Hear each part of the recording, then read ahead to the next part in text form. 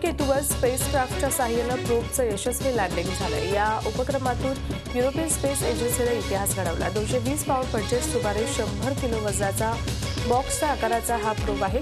फिले असे या प्रोबचं नाव आहे। भारतीय प्रमाण वेळेनुसार रात्री 8:30 वाजता फिलेचं लँडिंग झालं। रोसेटा या अंतराळ यानाच्या साहाय्याने शास्त्रज्ञांनी हा प्रकल्प यशस्वी केला। फिले धूमकेतूवर उतरल्यानं सूर्यमालेतील अनेक रहस्य उलगडण्यास मदत होणार आहे।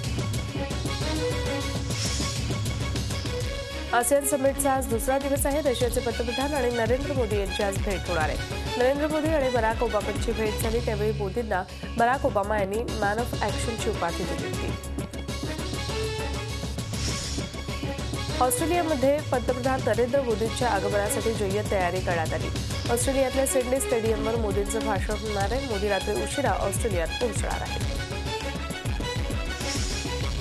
भारत आणि आसियान देशांच्या संबंधांमध्ये कोणताही अडथळ्याचे मुद्दे नाहीत, त्यामुळे भारत आणि आसियान एक चांगले भागीदार होऊ शकतात असं मत पंतप्रधान नरेंद्र मोदींनी व्यक्त केलं आहे। आसियान देशांशी व्यापार उदीम वाढवण्यासाठी भारत सरकार सर्व दरवाजे खुले करेल असं पंतप्रधान म्हणाले।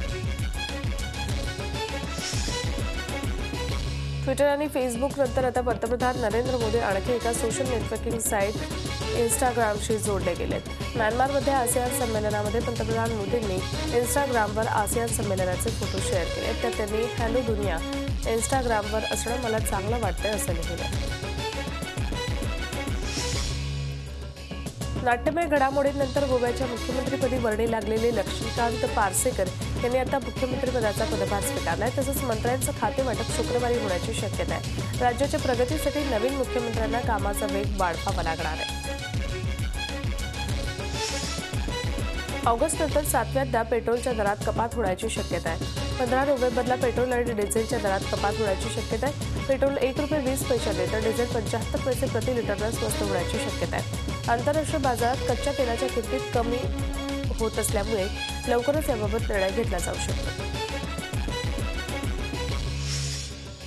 शेअर बाजारात आलेल्या उसळीमुळे काल पहिल्यांदाच सेन्सेक्स 28,000वर बंद झाला।